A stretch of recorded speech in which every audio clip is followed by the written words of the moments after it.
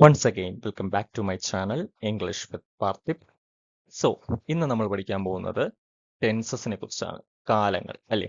എത്ര കാലങ്ങളുണ്ട്? 3 കാലങ്ങളാണുള്ളത്. Present, past, future. അത് നമുക്കറിയാവുന്ന ഒരു കാര്യമാണ്. പ്രസന്റ് എന്ന് പറഞ്ഞാൽ എന്താണ്? ഇപ്പോൾ, നൗ അല്ലേ? ഇപ്പോൾ നടക്കുന്ന കാര്യങ്ങളെയാണ് നമ്മൾ പ്രസന്റ് ടെൻസിൽ പറയുന്നത്. ഓക്കെ. ഇപ്പോൾ പാസ്റ്റ് ടെൻസ് ആണെങ്കിലോ കഴിഞ്ഞു പോയ കാര്യങ്ങൾ അല്ലേ? അപ്പോൾ ഫ്യൂച്ചർ ആണെങ്കിൽ ഇനി വരാനിരിക്കുന്ന സംഭവം അല്ലെങ്കിൽ വരാനിരിക്കുന്ന ഒരു പ്രവൃത്തിയെ സൂചിപ്പിക്കുന്നു. അപ്പോൾ ഈ 3 ടെൻസസിന് പുറമെ നമ്മൾ അതിന്റെ ഫോംസും കൂടെ ചേർത്ത് വായിക്കുമ്പോൾ ടോട്ടൽ എത്ര ടെൻസസ് ഉണ്ട്? ടോട്ടൽ 12 എണ്ണം ഉണ്ട്. എത്ര എണ്ണം ഉണ്ട്?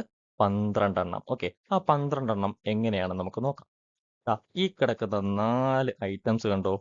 Simple, continuous, future, simple, continuous, perfect, perfect continuous അല്ലെ? അപ്പോൾ നമുക്ക് സിമ്പിളിനെ ആദ്യം എടുക്കാം. സിമ്പിൾ. ഓക്കെ. ഈ സിമ്പിൾ ഇതിന്റെ ഫ്രണ്ടിൽ ചേർത്ത് കൊടുക്കണം. പ്രസന്റിന്റെ ഫ്രണ്ടിൽ ചേർത്ത് കൊടുക്കണം. ഓക്കെ. ഈ ബാക്കി 3 സാധനങ്ങളെല്ലാം അതിന് ശേഷവും ചേർത്ത് കൊടുക്കണം. മനസ്സിലായല്ലോ?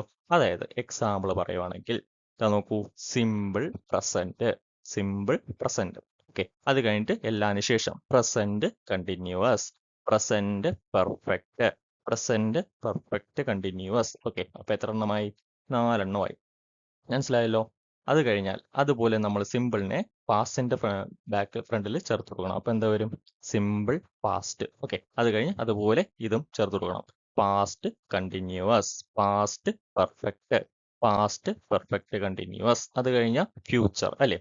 Simple future, future continuous, future perfect, future perfect continuous. അങ്ങനെ ടോട്ടൽ എത്ര എണ്ണം ഉണ്ട് മക്കളെ? 12 ടെൻസസ് ആണ് ഉള്ളത്.